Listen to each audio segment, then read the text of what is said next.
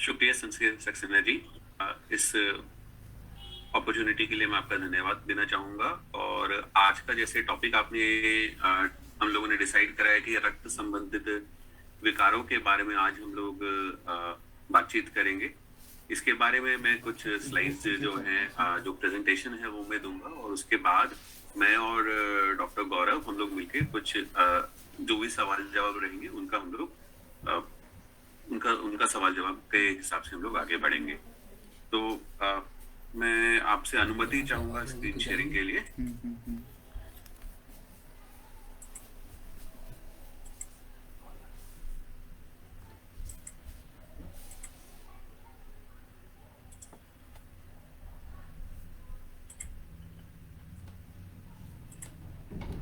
उम्मीद है मेरी स्क्रीन विजिबल है और आवाज ठीक से आ रही है। जी हाँ सर। ओके, आज के टॉपिक की शुरुआत करते हैं। लोगों का वो है रक्त संबंधित विकार, उनसे संबंधित दिव्यांगता। इसके अंतर्गत हम लोग 3 बीमारियों के बारे में आज बात करेंगे: थैलेसीमिया, सिकल सेल एनीमिया और हीमोफीलिया। तो बिना समय बर्बाद किए हुए हम लोग स्टार्ट करते हैं।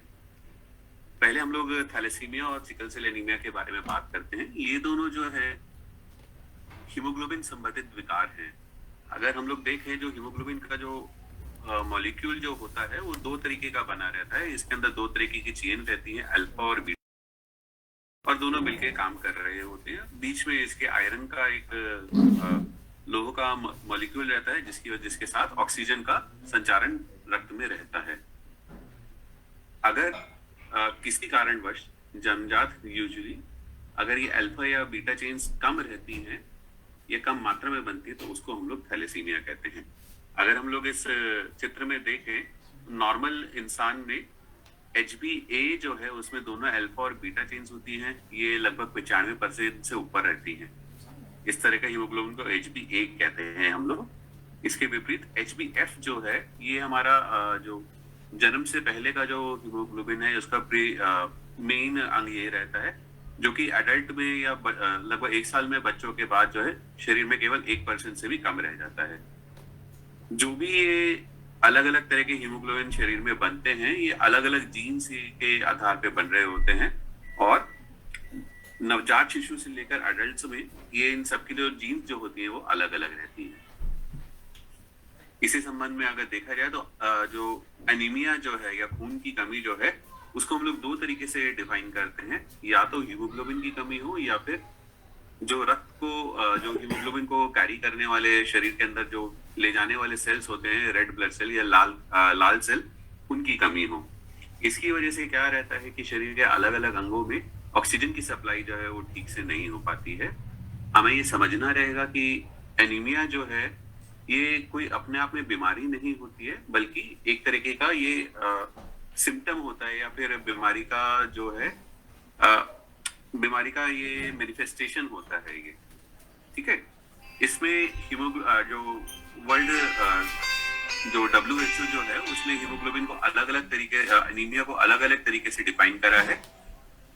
जो एडल्ट मेल रहते हैं, जो पुरुष जो रहते हैं, उनमें हीमोग्लोबिन की मात्रा का 13 ग्राम से कहते हैं। विपरीत प्रेग्नेंट फीमेल्स में इसकी मात्रा का 11 ग्राम से कम हो तब बोलते हैं एनीमिया। और बच्चों में इसकी मात्रा 6 महीने से 6 साल तक 11 ग्राम से कम, और 6 साल से 14 साल तक 12 ग्राम से कम को एनीमिया को हम लोग डिफाइन करते हैं। तो थैलेसीमिया जो है उसमें नॉर्मली जो हीमोग्लोबिन के जो स्ट्रक्चर में हमने देखा था अल्फा या बीटा चेन, वो ठीक से नहीं बन रहे होते। तो अगर अल्फा चेन ठीक से नहीं बनती है तो हम लोग उसको अल्फा थैलेसीमिया कहते हैं। अगर बीटा चेन ठीक से नहीं बनती है तो हम लोग उसको बीटा थैलेसीमिया कहते हैं। और इसी हिसाब से अगर देखा जाए तो यदि अगर जो चेन जो बन रही है उनका पूरी ही तरीके से बनना बंद हो जाती है, तो हम लोग उसको अल्फा नॉट या बीटा नॉट टाइप का से परिभाषित करते हैं। या फिर अगर कम मात्रा में बन रही होती है या पार्शियल लॉस हो रहा होता है, तो उसको बीटा प्लस कह के संबोधित करते हैं। अगर देखा जाए तो जो हीमोग्लोबिन के ये वाले विकार रहते हैं, ये दुनिया भर में सबसे कॉमन बीमारियों में से एक है, जो कि जेनेटिक बीमारियों में सबसे कॉमन रह जाते हैं। ठीक है। अगर प्रेवलेंस के हिसाब से देखा जाए या अनुमान देखा जाए कि भारत में कितने थैलेसीमिया के जीन को कैरी करने वाले लोग हैं, तो ये संख्या लगभग भारत की आबादी की 3 से 4% है। इसका मतलब लगभग लगभग 3.5 से 4.5 करोड़ जो लोग हैं वो इसके कैरियर रह सकते हैं। और इसी कारणवश लगभग 1 लाख लोग हर साल 1 लाख के करीब हमारे पास थैलेसीमिया के मरीज रहते हैं। इसमें अगर देखा जाए तो अगर लगभग 90 मिलियन कैरियर जो हैं वो प्रेग्नेंट रहते हैं और उनके बच्चों में ऐसे थैलेसीमिया के विकार जाने की चांसेस बढ़ते रहते हैं। थैलेसीमिया को अगर हम लोग इंडिया में देखें तो भारत में देखें तो इसका जो प्रचलन जो है वो अलग अलग स्टेट्स में अलग अलग जातियों में भिन्न भिन्न प्रकार का रहा है। और देखा जाए तो कुछ जातियों में ये कम रहता है, कुछ में ज्यादा रहता है, लेकिन ऐसा नहीं है कि कोई भी जात इससे अछूत रह रहा है। इसी तरीके से देखा गया कि जो थैलेसीमिया का जो प्रचलन जो है वो मलेरिया संबंधित विकारों जो मलेरिया का जो पुराना जोन जो रहा है उन जगहों पे ज्यादा प्रेवलेंट रहा है। ये थैलेसीमिया का जो अगर हम लोग जो क्लिनिकल फीचर्स या उसकी जो मैनिफेस्टेशन है अगर उसको हम लोग देखें तो थैलेसीमिया जो एक रहता है थैलेसीमिया ट्रेट, थैलेसीमिया माइनर या थैलेसीमिया ट्रेट, यूजुअली इनमें ब्लड ट्रांसफ्यूजन की रिक्वायरमेंट कभी पड़ती नहीं है और नॉर्मल हीमोग्लोबिन के करीब इनमें 8 ग्राम से 9 ग्राम 8 से 12-13 ग्राम तक इनमें हीमोग्लोबिन बना रहता है। इसके जो दूसरा स्पेक्ट्रम रहता है उसको हम लोग थैलेसीमिया मेजर कहते हैं। यह जो मरीज रहते हैं ये 1 साल से कम की उम्र में ज्यादातर चिकित्सा सुविधाओं को की चपेट में आ जाते हैं और इनका हीमोग्लोबिन 6 ग्राम से कम रहता है। इसमें जो ट्रांसफ्यूजन की जो ब्लड चढ़ाने की रिक्वायरमेंट है वो लगभग 3 से 4 हफ्ते की रहती है और इसके बिना मरीज में अलग अलग विकार और आने लगते हैं। इस बीच में एक टर्म रहती है थैलेसीमिया इंटरमीडिया, ये लगभग 1.5 से 2 साल की उम्र के बाद प्रेजेंट करते हैं हमें और कभी कभी इनमें ब्लड चढ़ाने की जरूरत पड़ती है। इसमें अगर देखा जाए तो हम लोग इसको आज की डेट में हम लोग इसको ट्रांसफ्यूजन डिपेंडेंट थैलेसीमिया बोलते हैं, जिनमें रेगुलर ट्रांसफ्यूजन की जरूरत पड़ती है, या फिर नॉन ट्रांसफ्यूजन डिपेंडेंट थैलेसीमिया बोलते हैं, जिनमें कभी कभी ट्रांसफ्यूजन की या फिर सर्जरी या प्रेगनेंसी के दौरान ट्रांसफ्यूजन की जरूरत पड़ती है। आखिर ऐसा रहता क्यों कि ट्रांसफ्यूजन की जरूरत पड़े? हमने देखा कि ऐसा देखा गया है अनुसंधान में कि जब भी जो अल्फा या बीटा चेन का प्रोडक्शन कम रहता है तो जो दूसरी जो चेन है वो जो लाल कण है उसके अंदर इकट्ठी होने लगती है, जिसकी वजह से लाल कण ज्यादा टूटने लगते हैं और जो सेल जो बनते हैं वो टूटने भी लगते हैं और जो खून बनाने की जगह रहती है बोन मैरो वहां पर डिस्ट्रॉय भी हो जाते हैं। इस कारण शरीर में अनीमिया रहता है, कुछ हद तक जॉन्डिस रहता है, जो लोह है आयरन है उसकी मात्रा ज्यादा बढ़ने लगती है। इस कारण से जो लोह जो बढ़ता है शरीर में उसके कारण अलग अलग एंडोक्राइन रोग होने लगते हैं, कुछ हद तक अनीमिया के कारण और पथरी के चांसेस बढ़ते हैं, लिवर और तिल्ली का साइज बढ़ने लगता है और शरीर में अलग अलग जो हड्डियां जो रहती हैं उन जगह डिफॉर्मिटीज आने लगती है। तो जो थैलेसीमिक जो मरीज रहते हैं उनमें शुरुआत से ही जो बढ़ने की क्षमता जो होती है या ग्रोथ की जो पोटेंशियल होता है वो कम होने लगता है, खून की कमी होती है, पीलिया होने लगता है, कभी कभी पथरियां रहती हैं, लिवर स्प्लीन बढ़ने लगता है और अलग अलग तरह के जो बोन्स जो हैं जो हड्डियां हैं उनमें अलग अलग विकार आने लगते हैं। कुछ हद तक फिर उसके बाद उसमें जो ग्रोथ जो है वो कम होने लगती है, जो उनमें प्यूबर्टी के चेंजेस हैं वो देर से आने लगते हैं, आयरन ओवरलोड के और फीचर्स आने लगते हैं। इसके डायग्नोसिस जो है काफी सरल रहता है डॉक्टर्स के लिए। जो ब्लड की रिपोर्ट है उसमें काफी क्लूज मिल जाते हैं हमें, जैसे कि हीमोग्लोबिन का कम होना, उसके साथ जो लाल सेल के जो और जो इंडाइसिस जो हमें ब्लड के सेल में ब्लड की रिपोर्ट में मिलते हैं जैसे कि एमसीवी वगैरह, एमसीएच, एमसीएचसी, ये सभी जो है क्लूज की तरह मिलते हैं और ये सभी कम होते हैं थैलेसीमिया में। और हमें जो स्मीयर जो बनाते हैं हम लोग, जो ब्लड की फिल्म बनाते हैं उसमें इस तरह के सेल्स हमें दिखते हैं जिसमें जो लाल कण होते हैं बहुत ही छोटे छोटे रहते हैं, काफी छोटे हो जाते हैं और शरीर के मुकाबले और खाली रहते हैं, उनके अंदर हीमोग्लोबिन की मात्रा काफी कम हो जाती है। डायग्नोसिस के लिए जो तकनीक यूज करते हैं वो हम लोग हीमोग्लोबिन इलेक्ट्रो फिर HbA1c यूज करते हैं। देखा जाता है कि जिन मरीजों को थैलेसीमिया मेजर रहता है उनमें मेनली हमें का जो हीमोग्लोबिन, जो बच्चों वाला जो हीमोग्लोबिन था वही बन रहा होता है, जो बीटा चेन जो बनती है वो बनती ही नहीं है। जो थैलेसीमिया मेजर या इंटरमीडिया होता है उनका मैनेजमेंट के लिए, डायग्नोसिस के लिए जरूरी रहता है, और जो थैलेसीमिया माइनर के जो कैरियर जो स्टेट होता है वो हमें जरूरी रहता है कि हम लोग उसको जो ज्यादा प्रेवलेंट कंडीशन है हमारी सोसाइटी में, आयरन डेफिशिएंसी एनीमिया, उससे हम लोग अलग कर सके, और जेनेटिक काउंसलिंग के लिए भी ये चीज जरूरी रहती है। तो जैसा कि मैंने बताया आपको, HPLC में नॉर्मली जो है HbA जो है वो ज्यादा रहता है, HbF ना के बराबर होता है, 1% से भी 1% के करीब, और HbA2 जो है वो थोड़ा सा मात्रा में 3-4% के करीब रहता है। इसके विपरीत थैलेसीमिया मेजर में HbF जो है हमारा मेन हीमोग्लोबिन बन जाता है। कभी कभी क्या रहता है कि ये जो मरीज जो है ये हेल्थ केयर फैसिलिटी को संपर्क करते हैं जब इनको ब्लड कई बार चढ़ चुका होता है, तो ऐसे में जो है हम लोगों को पेरेंट्स या फिर फैमिली स्टडीज की जरूरत पड़ती है। अगर हम लोग फैमिली में अगर देखें कि दोनों माता और पिता को थैलेसीमिया ट्रेट है, तो ऐसे में हम लोग, और बच्चे को भी ब्लड की ट्रांसफ्यूजन की जरूरत पड़ रही है, तो ऐसे में हम लोग एक डायग्नोसिस थैलेसीमिया मेजर का दे पाते हैं। कुछ कंडीशन में जहां पर डाउट हो वहां पर हम लोगों को फिर जेनेटिक टेक्निक्स की जरूरत पड़ती है। तो फैमिली जो जांचें रहती हैं उसमें हम लोग अगर ब्लड चढ़ा हो तब, या छोटे बच्चे 6 हफ्ते से छोटे वाले, या फिर कुछ वेरिएंट जिनमें जो थैलेसीमिया के साथ प्रेजेंट कर सकते हैं, उनमें हमें फैमिली स्टडीज की जरूरत पड़ती है, या फिर पेरेंट्स में भी HPLC या फिर इलेक्ट्रोफोरेसिस जांच की जरूरत पड़ती है। ये चार्ट दिखाता है अलग अलग म्यूटेशन जो हमारे देश में कॉमन है। इसका जो इम्पोर्टेंस है वो हम लोग ऐसे समझ सकते हैं, म्यूटेशंस हैं ये जेनेटिक जांचों से हम लोगों ने पता लगाई हैं। काफी समय से ये हमें पता है कि ये जो 5 म्यूटेशंस हैं, इन्हीं में से लगभग सारे मरीज जो हैं इंडिया में, जो थैलेसीमिक के मरीज जो हैं, वो कैरियर या फिर जो मेजर वाले स्टेट है, दोनों में मिल रहा होता है। यही म्यूटेशन की जांच हम लोग थैलेसीमिया मरीज की जांच के लिए या फिर प्रीनेटल डायग्नोसिस के लिए हम लोग यूज कर सकते हैं।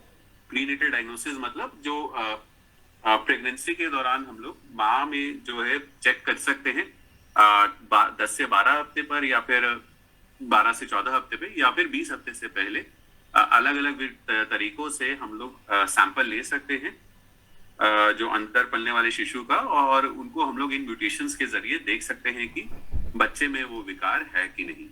फाइनली अगर देखा जाए तो 18 से 20 हफ्ते या उसके बाद जो है कॉर्ड ब्लड के सैंपल से हम लोग ये HPLC की तकनीक दोबारा से रन करके देख सकते हैं, और उससे हमें थोड़ा अंदाजा लग सकता है कि बच्चे में ये विकार है कि नहीं। ये हमें समझना रहेगा कि जो भी ये जेनेटिक टेस्ट रहते हैं, ये एकदम 100% एकदम डायग्नोस्टिक नहीं रहते हैं। कुछ हद तक इसमें गलती की गुंजाइश रहती है, बट मोर और लेस 90-95% तक केसेस में इसका डायग्नोसिस हमारे पास ठीक डायग्नोसिस मिल जाता है। आजकल विज्ञान ने उतनी तरक्की कर ली है कि केवल डायग्नोसिस ही नहीं, हम लोग जो है बच्चा जो है एक चीज रहता है प्री जेस्टेशनल डायग्नोसिस, जिसका मतलब कि जो इसमें हम लोग चूज कर पाते हैं कुछ हद तक कि जो बच्चा जो बनना चालू हुआ है वो भी, उसमें भी म्यूटेशन है कि नहीं। तो अभी का जो थेरेपी जो है थैलेसीमिया का, वो कुछ हद तक 2 चीजों पर बेस्ड है, रेगुलर ब्लड ट्रांसफ्यूजन और किलेशन। ब्लड ट्रांसफ्यूजन जो थैलेसीमिया के मरीजों को चाहिए रहता है वो लगभग 3 से 6 हफ्ते में जरूर। ट्रांसफ्यूजन के जरिए बच्चे की ग्रोथ, डेवलपमेंट बनाई जा सकती है, और जो खून की कमी है उसको पूरा किया जा सकता है। हमारा एम इसमें रहता है कि रेगुलर ब्लड ट्रांसफ्यूजन मिले, ताकि मरीज का हीमोग्लोबिन जो है हमेशा 9 ग्राम से ऊपर रहे। अर्थात कि जब भी मरीज का हीमोग्लोबिन 9 ग्राम के करीब हम लोग रिकॉर्ड करते हैं, उस टाइम पर उसको ब्लड ट्रांसफ्यूजन देना रहता है। लेकिन नुकसान क्या है कि रेगुलर ब्लड ट्रांसफ्यूजन के साथ साथ शरीर में आयरन जो है वो और जा रहा होता है। हर ब्लड के साथ, हर ब्लड का थैली में लगभग 200 मिलीग्राम आयरन और हम लोग बॉडी में चला जाता है, जिसकी वजह से रेगुलर जो है डैमेज जो है शरीर के अलग अलग अंगों को हो रहा होता है। इसके बारे में अभी थोड़ा और विस्तार में बताता हूँ। इस आयरन को निकालने के लिए कुछ समय बाद सभी मरीजों में जिनको ब्लड चढ़ता है रेगुलरली, उनमें किलेशन की दवाइयां चालू की जाती है। नॉर्मली ये देखा गया है कि जो रिकमेंडेशन है यही है कि अगर 10 से 20 ब्लड ट्रांसफ्यूजन के बाद मरीज को किलेशन की दवाइयां चालू करी जाए, या फिर सीरम फेरिटिन नाम से एक ब्लड टेस्ट रहता है, जिसका माप अगर 1000 से ऊपर चला जाता है तब किलेशन की दवाइयां या फिर मरीज की उम्र 2 साल से जब ऊपर हो जाता है तब तक अमूमन उसको 10-12 ट्रांसफ्यूजन लग चुके होते हैं, उस टाइम पर किलेशन की दवाइयां चालू की जाए। भारत में इसकी 3 दवाइयां उपलब्ध हैं, 2 टैबलेट्स हैं और एक इंजेक्शन है। डेफेरासिरोक्स और डेफेरिप्रोन ओरल दवाइयां हैं और जो इंजेक्शन है डेस्फेरिऑक्सामिन है। ये साइंटिफिकली वैज्ञानिक तरीकों में अलग अलग अनुसंधानों में अलग अलग स्टडीज में ये प्रूव किया गया है कि किलेशन जो थेरेपी है इससे सर्वाइवल या जो उम्र है मरीजों की बढ़ी है, और दिल का और लिवर का जो है जो डैमेज जो होता है शरीर में वो कम हुआ है।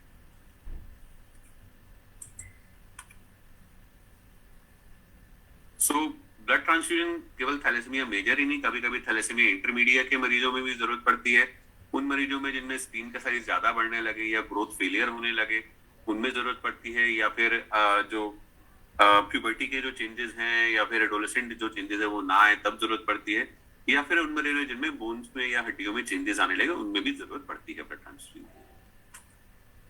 किस तरह का ब्लड चढ़ाना चाहिए? आइडियली जो थैलेपेज सेल्स है जिनसे रिएक्शंस वगैरह होते हैं, कुछ विषाणु ट्रांसमिट हो सकते हैं, वो कम हो तो लिक्विड रिड्यूस ब्लड रहना चाहिए। कोशिश की जानी चाहिए कि इरेडिएटेड ब्लड हो, ताकि मरीज को अगर आगे जाके कभी भी ट्रांसप्लांट के लिए कंसिडर किया जाए तो उसमें दिक्कतें ना रहें। बट ऐसा कोई मान्यता नहीं है कि इरेडिएटेड ब्लड ही चढ़ाया जाए मरीज को। जैसे मैंने आपको पहले बताया था कि 1 यूनिट ब्लड से लगभग 200-250 मिलीग्राम आयरन ब्लड में जा रहा होता है, और ये ब्लड में बॉडी में इकट्ठा होता रहता है, क्योंकि बॉडी के पास और कोई तरीका नहीं रहता है कि इस आयरन को हम लोग निकाल सकें। तो धीरे धीरे 10-20 ट्रांसफ्यूजन के बाद आयरन ओवरलोड के साइंस दिखने लगते हैं। कभी कभी मरीजों को तिल्ली निकालने की भी जरूरत पड़ती है, जब तिल्ली बहुत ज्यादा बड़ी हो जाए या फिर उसकी वजह से और जो शरीर के सेल्स हैं वो कम होने लगे। और जो थैलेसीमिया इंटरमीडिएट के मरीज रहते हैं उनमें हाइड्रोक्सीयूरिया नाम की दवाई का काफी बेनिफिट देखा गया है। उसमें देखा गया है कि वो मरीजों में काफी सारी जो कॉम्प्लिकेशंस हैं, जैसे कि पैरों में घाव होना या एक्स्ट्रा मेडुलरी हेमेटोपोइसिस होना, उन सबको या जो क्लॉटिंग की समस्या है उनको कम करता है और हीमोग्लोबिन भी बढ़ाने में मदद करता है। आयरन जो ओवरलोड होता है उसका जो मेन जो दिक्कत जो देखी जाती है वो देखी जाती है लिवर पर, दिल पर और अलग अलग एंडोक्राइन ग्रंथियों पर। तो उससे कुछ हद तक लिवर फेलियर के चांसेस बढ़ते हैं। आगे जाकर धीरे धीरे अगर दिल में आयरन का डिपॉजिट होता रहता है तो दिल के फेल होने के चांसेस बढ़ने लगते हैं, और ये मुख्यतः कारण रहते हैं थैलेसेमिक मरीजों में जान जाने के। बट जो मेजर चीज जो दिक्कत करने वाली रहती है थैलेसेमिक मरीजों में वो है एंडोक्राइन ग्रंथियों का खराब होना। आयरन ओवरलोड जो है लिवर में अलग अलग जगह रहता है, तो इसी चीज में ये सारे ही जो टेस्ट हैं रेगुलर बेसिस पर हमें थैलेसेमिक मरीज में कराने चाहिए, ताकि हम लोग देख सके कि उनमें एंडोक्राइन ग्रंथियां ठीक से काम कर रही हैं कि नहीं, और अकॉर्डिंगली उसके अगेंस्ट हम लोग किलेशन की मात्रा कम ज्यादा या उसके लिए सपोर्टिव जो थेरेपी है एंडोक्राइन ग्रंथियों के लिए वो हम लोग देख सके। तो ये देखा जाता है कि जो पिट्यूटरी ग्रंथि है वहां पर अगर कमी रहे या फिर थायराइड में जो है दिक्कतें आने लगती हैं तो थायराइड का सप्लीमेंटेशन किया जाता है। कुछ हद तक पैनक्रियास में दिक्कत आने की वजह से मरीजों को आगे जाकर डायबिटीज के चांसेस भी बढ़ जाते हैं, और पिट्यूटरी ग्रंथि या फिर जो एंडोक्राइन ग्रंथि है उसकी वजह से ग्रोथ फेलियर वगैरह के चांसेस भी बढ़ने लगते हैं। ये सारी चीजें इनका अगर हम लोग प्रॉपर इलाज करें किलेशन के साथ साथ इन सब चीजों के लिए अगर हम लोग सप्लीमेंट जो एंडोक्राइन सप्लीमेंट अगर वो दे तो इनसे जो मरीज जो है उसको कुछ हद तक नॉर्मल जो ग्रोथ है उसमें मदद मिल सकती है। ऐसे ही जो खून की जो पथरी जो है पित्त थैली में पथरी उसके चांसेस भी लगभग 2/3 मरीज रहते हैं। कॉमनली ये जो है रंगीन स्टोन हो रहते हैं, मतलब मरीज जो है इसको मैनिफेस्ट नहीं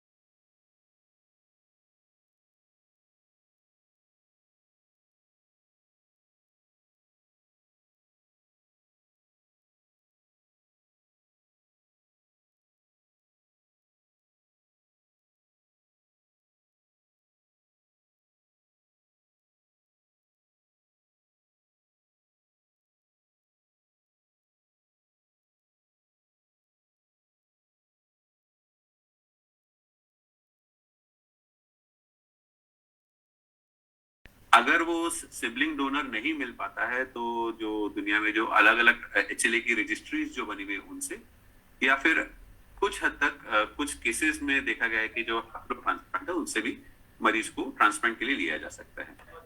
तो ट्रांसप्लांट का जो फायदा जो सबसे ज्यादा देखा गया है वो देखा गया है यंग बच्चों में, जिनका उम्र 10 साल से कम हो, या और जिनका किलेशन बहुत अच्छे से चल रहा हो, या फिर और जिनमें लिवर फेलियर के चांसेस के जो साइंस है वो ज्यादा नहीं आए हो। ऐसे मरीजों में ट्रांसप्लांट के बेस्ट आउटकम्स हम लोगों को देखने को मिले हैं।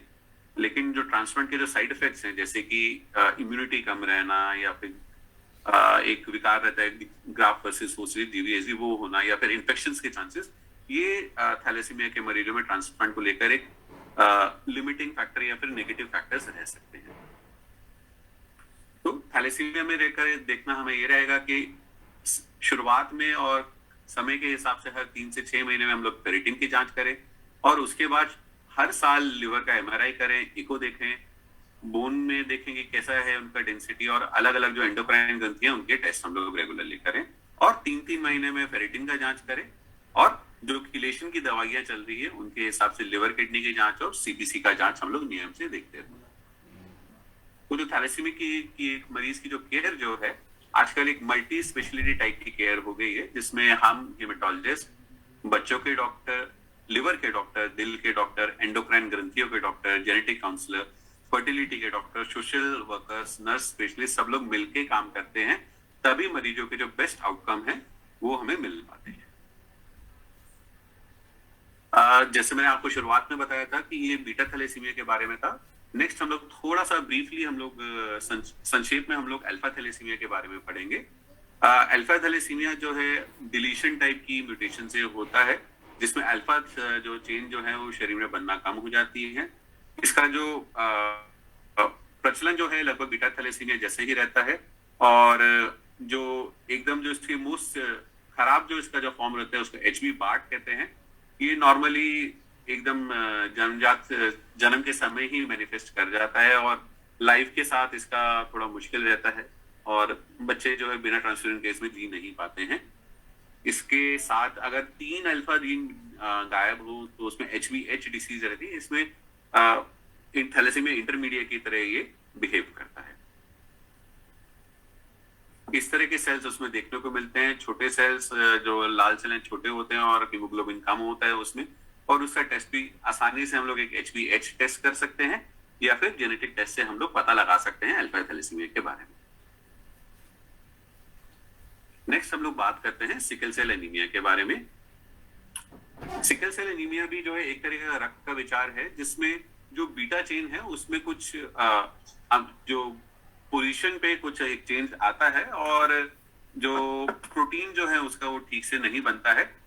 इसकी वजह से शरीर के अंदर जो लाल सेल है वो कुछ इस तरह के सेल बन जाते हैं, जिसको हम लोग सिकल सेल कहते हैं।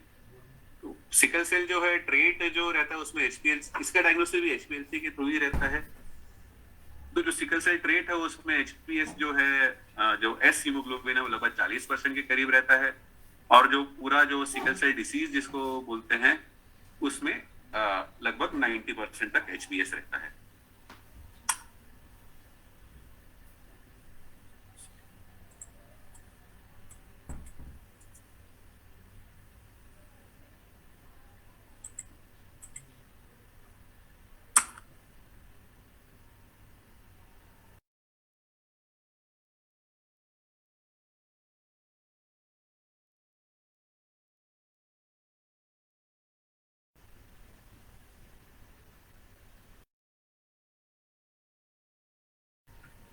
अलग अलग तरह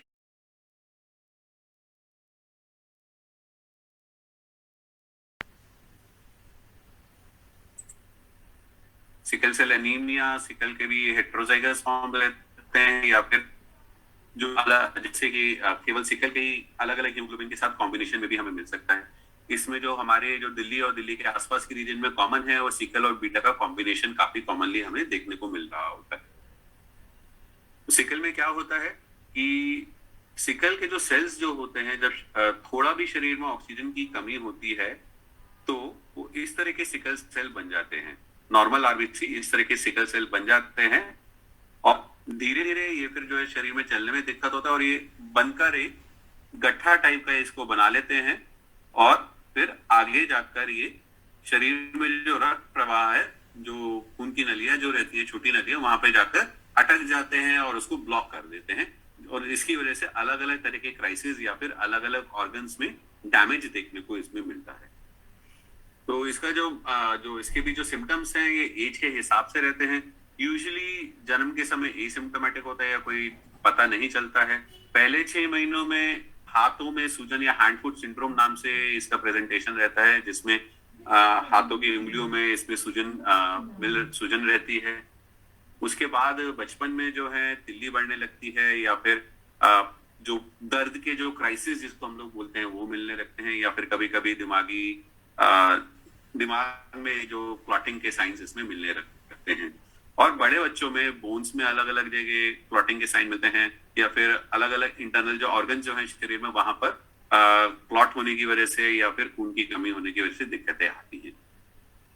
इन्फेक्शन का खतरा बढ़ता है, बोन्स में इन्फेक्शन का खतरा बढ़ता है, पैरों में घाव के चांसेस बढ़ते हैं, गॉलस्टोन्स या फिर जो पथरी है उसके चांसेस बढ़ रहे हैं। डायग्नोसिस इसका HPLC के थ्रू ही रहता है। जो सिकल सेल डिसीज होता है उसमें मेनली HbS जो है 90% तक रहता है, HbF थोड़ा सा बड़ा रहता है और सिकल सेल ट्रेट जो है उसमें लगभग 40% HbS की मात्रा रहती है। ट्रीटमेंट इसका डायग्नोसिस के आसपास ही हम लोगों को हाइड्रोक्सीयूरिया नाम से जो ड्रग है वो हमें जल्दी चालू कर लेनी चाहिए। इसका फायदा बहुत तरीके से देखा गया है। ये शरीर में हीमोग्लोबिन का लेवल बढ़ाती है, जो नॉर्मल जो HbF सेल्स है उनकी मात्रा बढ़ाती है और कुछ हद तक जो WBC और काउंट जो बढ़ रहा होता है उसको कम करने में हेल्प करती है। इसलिए और साथ साथ ही जो पेन की जो क्राइसिस जो मेजर कॉम्प्लिकेशन है सिकल सेल एनीमिया की उसको भी कम करती है। साथ में इसकी जो सपोर्टिव थेरेपीज हैं वो सभी मरीजों के लिए काफी हद तक मैंडेटरी रहती है। इसमें जो वैक्सीनेशन जो है रोगों की जो इम्यूनाइजेशन है वो काफी इंपॉर्टेंट होती है। तो मरीज को पहले कॉन्टैक्ट पे हमें न्यूमोकोकल वैक्सीन लगवानी चाहिए और भी काफी सारी वैक्सीन जो इन्फेक्शन से बचाने में मदद करती है वो सारी हमें लगानी चाहिए। इसके सिवा फोलेट सप्लीमेंट, फोलिक एसिड की दवाइयां देनी चाहिए और ब्लड ट्रांसफ्यूजन की जरूरत भी मरीजों को बीच बीच में पड़ती है तो वो देना चाहिए। पेनिसिलिन नाम से दवाई का प्रोफिलैक्सिस मरीज को नियम से चलना चाहिए, स्पेशली कम से कम बच्चों में इसका फायदा देखा गया है कि इन्फेक्शन को बचाने में ये काफी मदद करती है। इससे पिछले लगभग 4-5 साल में कुछ और नई दवाइयां भी अप्रूव हुई हैं, जिसमें ग्लूटामिन नाम से दवाई है जो कि शरीर में खून की मात्रा बढ़ाने में मदद करती है। वॉक्सिलिटॉर नाम से दवाई है जो कि सिकलिंग को ही कम करती है और मरीज को काफी फायदा पहुंचाती है। ये अभी इंडिया में अवेलेबल नहीं है। और तीसरा ये कि एंटीबॉडी है क्रिजानलिजुमैब, ये बहुत ही अलग मैकेनिज्म से काम करती है और शरीर में जो पेनफुल क्राइसिस जो सिकल सेल के साथ संबंधित होते हैं उनका नंबर आगे जाके कम करती है। तो ये एक तरह की प्रोफिलैक्सिस की दवाई है क्रिजानलिजुमैब। बाकी दोनों दवाइयां जो है लगभग सभी मरीजों को दी जा सकती है। पेनफुल क्राइसिस जो है सिकल सेल के लिए बड़ा ही कॉमन एक सिम्टम रहता है। इसमें मरीज को जो है जब भी मरीज को भी शरीर में दर्द के साथ, हड्डियों में दर्द के साथ, छाती में दर्द के साथ, बैक में दर्द के साथ प्रेजेंट करते हैं तो काफी दर्द में रहते हैं और कभी कभी ये दर्द जो है इतना बढ़ जाता है कि जो बोन्स जो है वहां पर इन्फार्क्ट के भी चांसेस होने लगते हैं। तो ऐसे में मरीज को क्या करना चाहिए, हमें काफी मात्रा में पानी हमें देना रहता है, IV फ्लूइड्स देने रहते हैं और अलग अलग तरह की पेन की दवाइयां हमें चालू करनी रहती है। तो पैरासीटामोल हुआ, ब्रूफेन वगैरह के टैबलेट हुए या फिर कभी कभी मरीजों को मॉर्फिन वगैरह की भी जरूरत पड़ती है। इसी के साथ जो दिमाग में अगर क्लॉटिंग की वजह से चेंजेस आते हैं उसमें कई बार मरीजों को रेगुलर या फिर एक्सचेंज ट्रांसफ्यूजन की जरूरत भी पड़ रही होती है। सिकल सेल एनीमिया में भी ट्रांसप्लांट का फायदा देखा गया है। इसके कुछ इंडिकेशंस हैं डेफिनेट जो ट्रांसप्लांट के लिए कंसीडर किए जाने चाहिए, जैसे कि स्ट्रोक होना या लकवा होना मरीज को, या फिर बार बार जो है उसको छाती का या चेस्ट क्राइसिस होना, स्प्लीन में अटकना खूनों का, या बार बार जो ऑक्लूसिव क्राइसिस है वो होना। इन सभी कारणों में ट्रांसप्लांट इंडिकेटेड रहता है और देश में भी हमारे काफी सेंटर्स हैं जो सिकल सेल एनीमिया के लिए ट्रांसप्लांट की सुविधा प्रोवाइड करते हैं। अगर हम लोग आखिरी में देखा जाए देखें कि सिकल सेल और थैलेसीमिया के लिए जो सरकारी सुविधाएं जो अलग अलग लेवल्स पे उपलब्ध है उनमें अगर देखें तो काफी अलग अलग लेवल पे सरकारी सुविधाएं उपलब्ध हैं या फिर अलग अलग एनजीओ जो हैं इसके लिए काम कर रही हैं। जो थैलेसीमिया के मरीज या सिकल के मरीज हैं उनको ट्रांसफ्यूजन की सुविधा काफी हद तक ज्यादातर सरकारी अस्पतालों में फ्री दी जाती है। ट्रांसप्लांट के लिए अलग अलग प्रोग्राम्स हैं जिसमें राष्ट्रीय आरोग्य निधि या फिर कोल इंडिया के थ्रू सपोर्ट मिल सकता है। फंडिंग के लिए मेडिसिन या किले की दवाइयां वो मरीजों को दी जा सकती हैं। अलग अलग लेवल पे थैलेसीमिया की सोसाइटीज बनी हुई है, नेशनल लेवल पर हो या स्टेट लेवल पर हो या इवन सिटीज के लेवल पर भी थैलेसीमिया की सोसाइटीज और पेशेंट सपोर्ट ग्रुप बने हुए जो आपस में एक दूसरे की मदद कर रहे होते हैं। और 2018 से जो एक सरकारी नोटिफिकेशन आया था उसके थ्रू उसके अंतर्गत पेशेंट्स का डिसेबिलिटी के लिए एलिजिबिलिटी भी इसमें किया गया है। तो ये अलग अलग लेवल्स पर जो है थैलेसीमिया और सिकल सेल एनीमिया के मरीजों का डिसेबिलिटी का स्कोरिंग है। ये सरकारी गैजेट के थ्रू उपलब्ध है, तो इसमें बहुत ज्यादा डिटेल में मैं नहीं बताऊंगा क्योंकि ये सारा ही कुछ पिछले 2-2.5 साल से सरकारी ये पब्लिक डोमेन में उपलब्ध है। इसमें देखा गया है कि अलग अलग लेवल के हिसाब से डिसेबिलिटी जो है, जो पॉइंट्स हमने देखा इसमें सिकल सेल के 8 पॉइंट और थैलेसीमिया के 9 पॉइंट्स के हिसाब से मरीज की जो डिसेबिलिटी है वो निर्धारित की जाती है। इन समरी अगर देखा है जो सिकल सेल और थैलेसीमिया है दोनों ही लंबे समय के चलने वाले एनीमिया हैं जिसमें खून टूट रहा होता है और मरीज को काफी दिक्कतें रहती हैं। ट्रीटमेंट जो है इनका काफी सारे विभाग जो है मिलके कर रहे होते हैं। जो मेन जो स्पेशलिस्ट डिपार्टमेंट है इसके लिए हेमेटोलॉजी और बच्चों के रोग का विभाग रहता है, पीडियाट्रिक विभाग रहता है। भारत में पिछले काफी दशकों से इसका जो पाइपलाइन इम्प्रूव कर रहा है और ट्रेंड जो है अभी भी इम्प्रूवमेंट की तरफ है। Hydroxyurea sickle cell anaemia के ज्यादातर मरीजों को फायदे पहुंचाती है और थैलेसीमिया इंटरमीडिएट के काफी मरीजों को फायदा पहुंचाती है। स्टेम सेल ट्रांसप्लांट दोनों ही मरीजों के लिए, दोनों ही बीमारियों के लिए क्यूरेटिव ऑप्शन है या जड़ से खत्म बीमारी को जड़ से खत्म करने वाला ऑप्शन है। और नई थेरेपीज जैसे कि सिकल सेल के लिए मैंने बात किया और कुछ हद तक जीन थेरेपी जो है इसके लिए अभी एक्सपेरिमेंटल स्टेजेस में। अगला जो मैं बीमारी की बात करूंगा वो है हीमोफीलिया। हीमोफीलिया जो है ये भी एक तरीके का इनहेरिटेड डिसऑर्डर है या फिर जन्मजात बीमारी है जिसमें ब्लीडिंग का समस्या मरीजों को रहता है। इसमें जो खून को जो क्लॉटिंग नॉर्मली जो ब्लड में होती है या खून को बहाव को रोकने के लिए काफी सारे प्रोटीन शरीर में रहते हैं। इसमें 2 मुख्य प्रोटीन रहते हैं, फैक्टर 8 और फैक्टर 9। तो ये दोनों फैक्टर के कमी के कारण हीमोफीलिया होता है। फैक्टर 8 की कमी के कारण हीमोफीलिया ए होता है और फैक्टर 9 की कमी के कारण हीमोफीलिया बी होता है। इनका इनहेरिटेंस जो अगर जो देखा जाए तो माता नॉर्मली अलग अलग तरीके से इसका इनहेरिटेंस देखा जाता है। जो मरीज हैं उसके बच्चों में कैरियर स्टेज जाने के चांसेस रहते हैं। ऐसे ही कैरियर अगर फीमेल होती है तो उसमें हीमोफिलिक लड़का होने के चांसेस बढ़ते हैं। डायग्नोसिस में इसमें जो कॉमन जो टेस्ट एक रहता है एपीटीटी नाम से एक ब्लड टेस्ट रहता है। ये काफी ज्यादा बढ़ा हुआ रहता है क्योंकि खून जो है इसमें बनता है, क्लॉटिंग इसमें होती ही नहीं है ठीक से। बट जो नॉर्मल टेस्ट है उसमें जो प्लेटलेट काउंट है वो नॉर्मल रहता है। नाम का जो कॉमनली अवेलेबल टेस्ट रहता है ये सारे टेस्ट नॉर्मल रहते हैं। डायग्नोसिस के लिए जो प्रोटीन शरीर में कम है फैक्टर 8 और फैक्टर 9, इसकी कमी हमें डेमोन्स्ट्रेट करनी रहती है। ये सुविधा ज्यादातर डिस्ट्रिक्ट अस्पतालों में या फिर स्पेशलाइज्ड लैब में उपलब्ध है और आसानी से इसका डायग्नोसिस किया जा सकता है। अगर हम लोग सिवियरिटी देखें तो जो हीमोफीलिया है उसकी सिवियरिटी जो है तीन लेवल से की जाती है। नॉर्मली मरीज जो नॉर्मल इंसान रहते हैं उनके अंदर 50% से ऊपर जो है फैक्टर 8 या फैक्टर 9 की मात्रा रहती है। 40 से 5% तक जो फैक्टर रहता है उसको हम लोग माइल्ड हीमोफीलिया कहते हैं। इन मरीजों में कोई स्पॉन्टेनियस या स्वयं ब्लीडिंग नहीं होती है, लेकिन अगर कोई सर्जरी हो या चोट लगे उस टाइम पर इनको भी फैक्टर्स की जरूरत पड़ती है या फिर ब्लीडिंग के चांसेस काफी ज्यादा बढ़ जाते हैं। इसके बाद आता है मॉडरेट हीमोफीलिया जिसमें फैक्टर लेवल 1 से 5% के करीब रहता है। इसमें जो ब्लीडिंग के चांसेस हैं काफी रहते हैं, लगभग 5 से 10 ब्लीडिंग इनमें साल में हो रही होती है और हमेशा ही सर्जरी या इंजरी के बाद ब्लीडिंग के चांसेस ज्यादा है। लास्ट में रहता है जो सबसे खराब फॉर्म है वो होती है सीवियर हीमोफीलिया जिसमें फैक्टर की मात्रा 1% से भी कम होती है। इसमें स्पॉन्टेनियसली या फिर स्वतः ही मरीज में ब्लीडिंग के चांसेस रहते हैं और लगभग 30 से 40 ब्लीडिंग मरीज को साल में हो जाती है। मरीज को जो कॉमन जो ब्लीडिंग रहती है वो जोड़ों में रहती है या फिर मसल्स में रहती है। कॉमनली जो मसल जोड़ों जो ब्लीडिंग रहते हैं उसमें घुटने का जॉइंट, हमारा elbow joint, ankle joint, shoulder का जॉइंट और रिस्ट में कॉमनली इसमें ब्लीडिंग रह रही होती है। तो क्या होता है कि जब भी ब्लीडिंग होती है तो उसके अंदर जॉइंट के अंदर जो है ब्लड इकट्ठा होता है।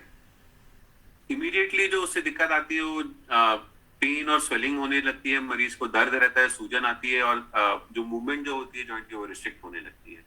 धीरे धीरे बार बार ब्लीडिंग होने के कारण ये खून जो है इकट्ठा रहता है और जो ये जो है जॉइंट को अलग अलग तरीके से सूजन करता है और डैमेज करता है।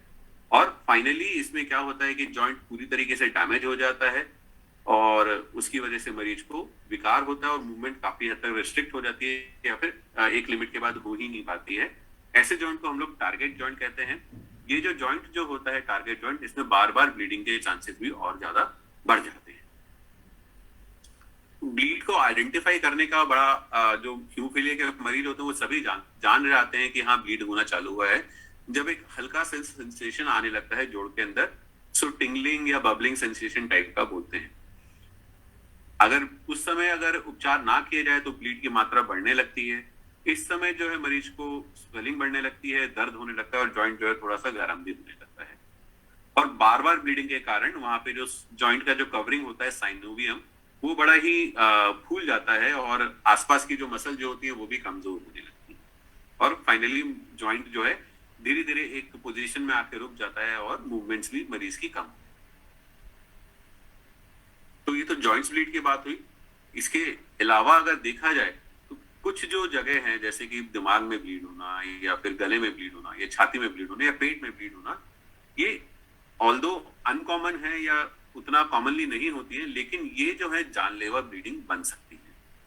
और यूजुअली ये जो ब्लीडिंग है ये सीवियर हीमोफीलिया मरीजों में हो सकती है या फिर मॉडरेट या हीमोफीलिया मरीजों में जिसको सर्जरी के लिए या फिर चोट लगने के कारण इन जगहों पर सीवियर ब्लीडिंग हो सकती है। ऐसे मरीजों को जिनको इन जगह ब्लीडिंग हो उनको लंबे समय के लिए फैक्टर थेरेपी की जरूरत पड़ती है। तो अगर हम लोग थेरेपी देखें हीमोफीलिया ए की, तो जो शुरुआती जो समय था 1950-60 का दशक जो था, उस समय ब्लड ही चढ़ाया जाता था मरीजों को। उसके बाद से जो है क्रायोप्रेसिपिटेट नाम से ब्लड का प्रोडक्ट चढ़ाया जाने लगा और लगभग 1980 से जो है अलग अलग तरह के फैक्टर जो है मार्केट में आने लगे। ये फैक्टर जो है इंडिया में पिछले लगभग 20-22 सालों से उपलब्ध हैं अब।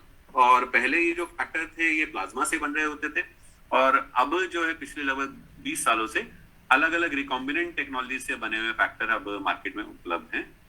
पिछले लगभग 3-4 सालों से नॉन फैक्टर जो थेरेपी है वो भी अब उपलब्ध है और अब जो है 2021-22 से जो लंबे समय तक काम करने वाले एक्सटेंडेड हाफ लाइफ फैक्टर है वो भी अब उपलब्ध है।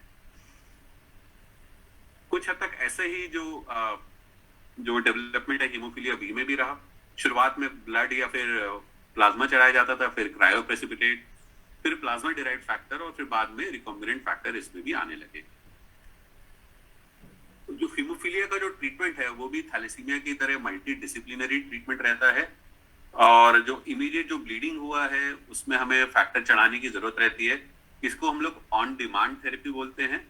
इसके विपरीत अगर ब्लीडिंग को प्रिवेंट करने के लिए अगर रेगुलर मात्रा में फैक्टर चढ़ाएं उसको हम लोग प्रोफाइलेक्सिस बोलते हैं।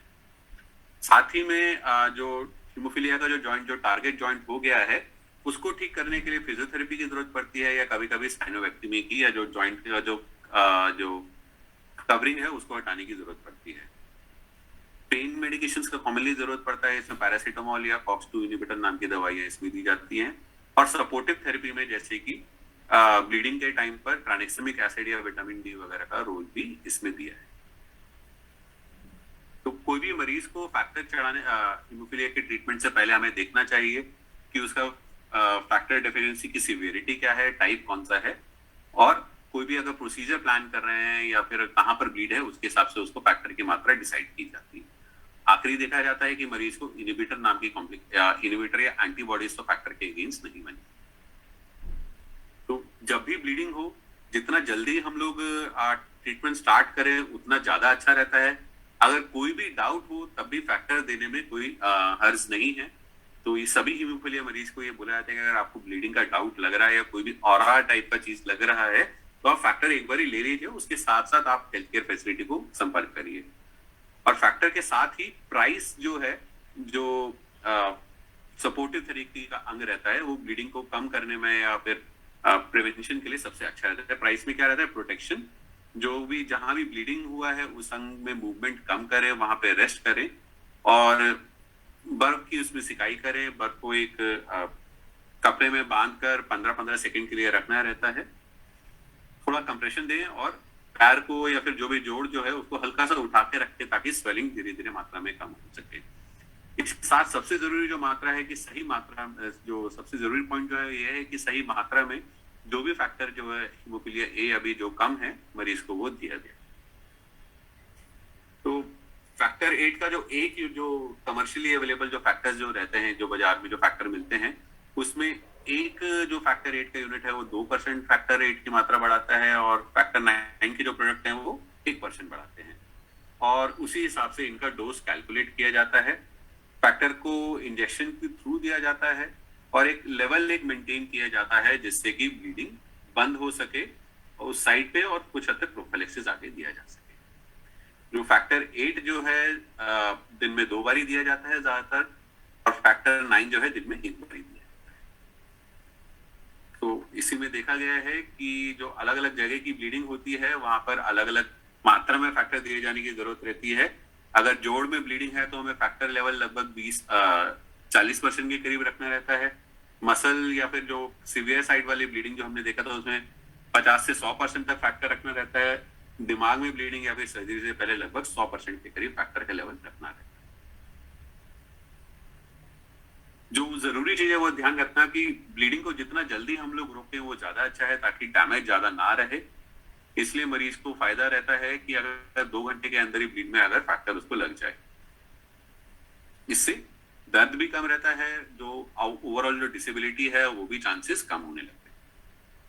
एक खराब कॉम्प्लिकेशंस हैं जो हीमोफीलिया के काफी मरीजों में हमें देखी जाती हैं, जिसमें हम लोग टारगेट जॉइंट बोलते हैं या फिर इस तरह के स्यूडो ट्यूमर मरीज में बन जाते हैं। और हीमोफीलिया के जो मरीज जो पहले जो रहते थे लगभग 1 से 2 दशक पहले, और इवन आज भी हम लोग आज भी ओपीडी प्रैक्टिस में कई बार ऐसे मरीज देखते हैं जिनको इस तरह के जॉइंट, क्रॉनिक जॉइंट जो प्रॉब्लम्स है जो आने लगती हैं या फिर मसल वेस्टिंग इस तरह की होने लगती है। और ये स्टडीज हैं कि इंडिया में लगभग 95% तक हीमोफीलिया के मरीजों में डिसेबिलिटी रहती है। जो डैमेज जो है जॉइंट्स में या मसल में वो मिलता है, जिसकी वजह से उनको कॉन्ट्रैक्चर हो जाते हैं, मसल जो है पोजीशन में अटक जाती हैं, जॉइंट्स का मूवमेंट कम होता है और मसल जो है काफी कमजोर हो जाती है।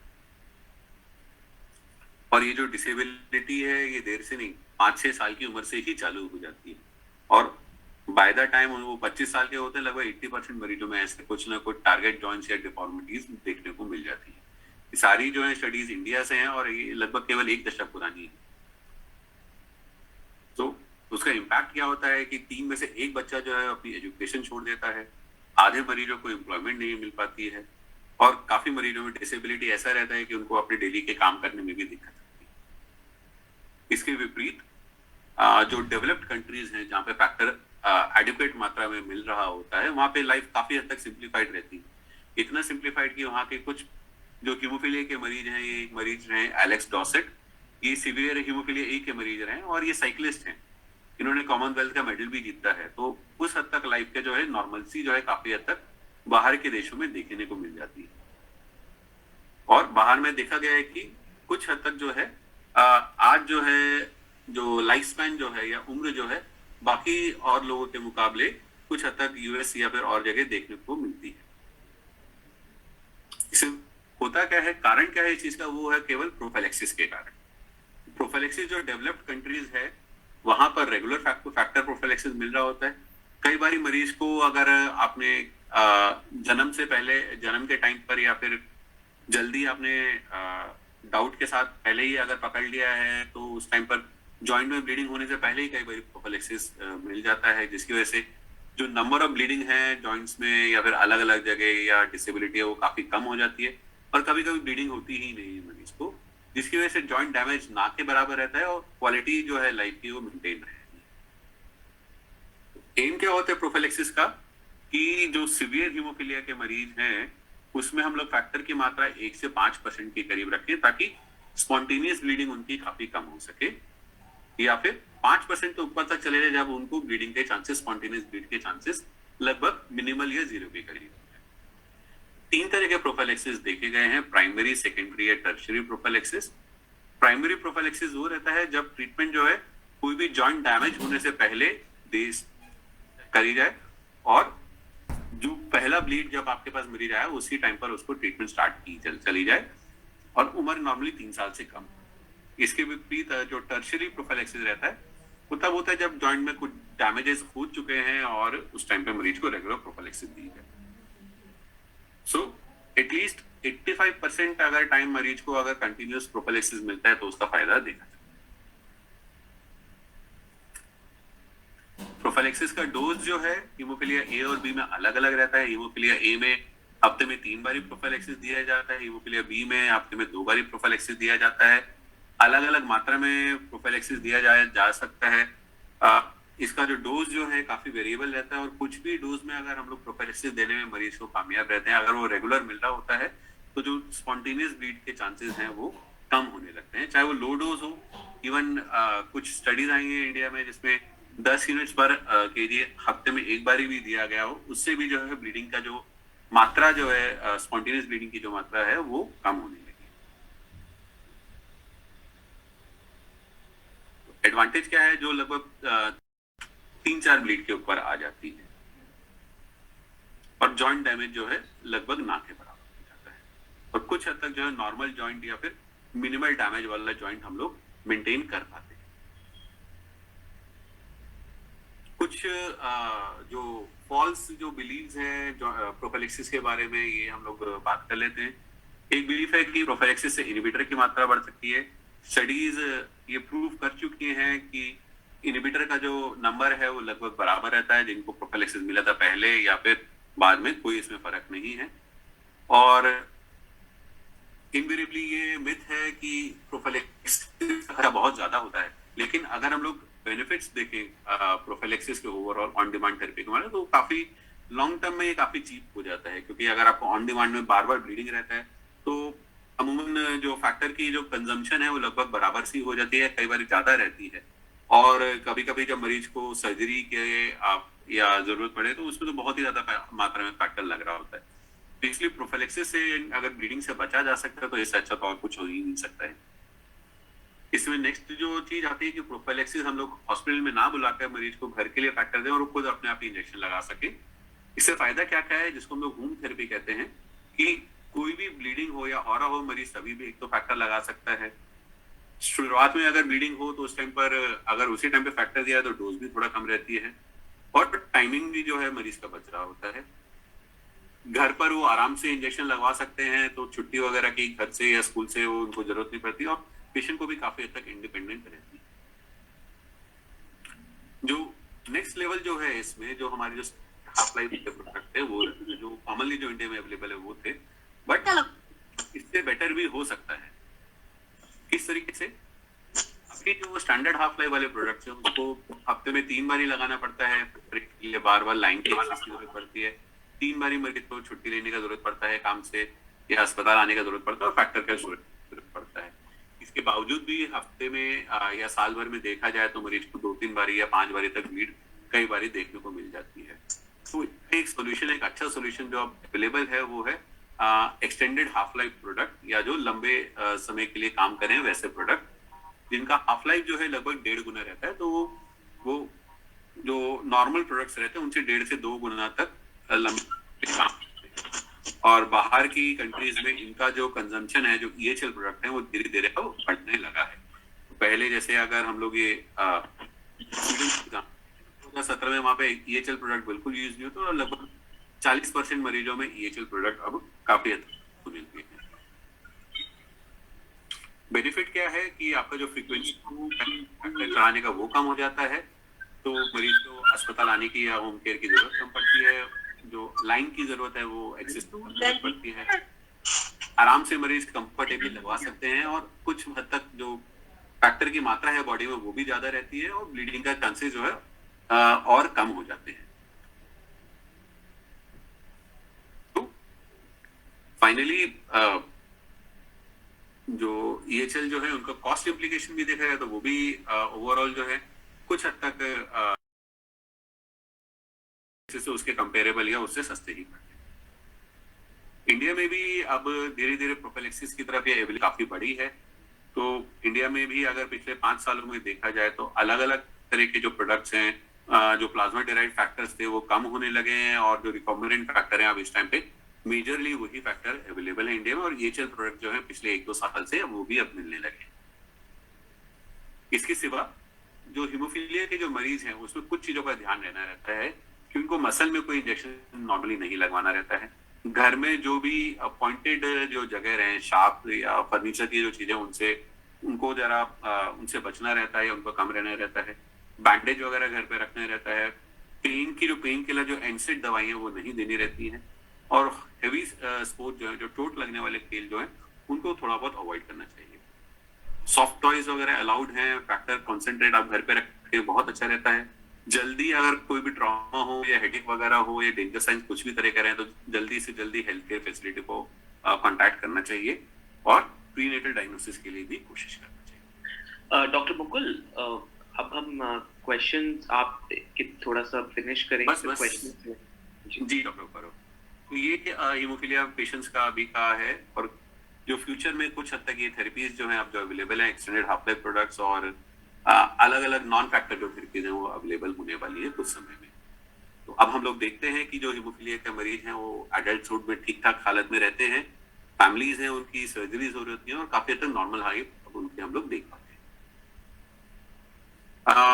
जैसा गवर्नमेंट नोटिफिकेशन था हीमोफीलिया के लिए भी कुछ हद तक वैसा ही नोटिफिकेशन आया हुआ है, और फैक्टर के लेवल के हिसाब से और डिसेबिलिटी के हिसाब से उनको जो सर्टिफिकेशन है वो मिल सकता है। सो इसके साथ मैं कंक्लूड करूंगा कि हीमोफीलिया और जो थैलेसीमिया दोनों ही रोगों के जो बीमारियां हैं, इसमें हेमेटोलॉजी का, फिजियोथेरेपी का, सोशल वर्कर का, नर्सिंग कोऑर्डिनेटर्स का, एनजीओस का, सरकारी संस्थाओं का, सभी का काफी हद तक मिलजुल के काम करने से बेनिफिट मिलता है। शुक्रिया। धन्यवाद डॉक्टर मुकुल सर आपका।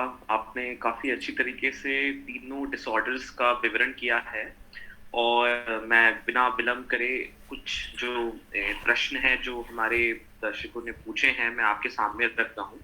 तो पहली बात तो हमने अगर कोई भी एक यंग लड़की जिसको एनीमिया है या यंग बच्चा जिसको एनीमिया के सिम्टम्स हैं, तो कैसे उसको, मतलब पेरेंट्स कैसे उसको रिकॉग्नाइज करें और कैसे उसको अप्रोच करें? यंग बच्चों में कॉमनली देखा जाता है कि एनीमिया जो है जो मैनिफेस्ट करता है, देखो बच्चों में ना एनीमिया या सिम्टम्स के चांसेस थोड़ा देर से रहते हैं। तो धीरे धीरे उनकी खेलने की क्षमता जो है, भागना दौड़ने की जो एक्टिविटी जो लेवल जो होता है वो धीरे धीरे कम होने लगता है। बच्चे थोड़ा सुस्त रहने लगते हैं, खेलते नहीं है, या अपने और जो प्लेयर्स के जो दोस्त वगैरह होते हैं उनके मुकाबले कम एक्टिव होते हैं। तो ऐसे में उनका जो ब्लड टेस्ट है वो चेक किया जाए।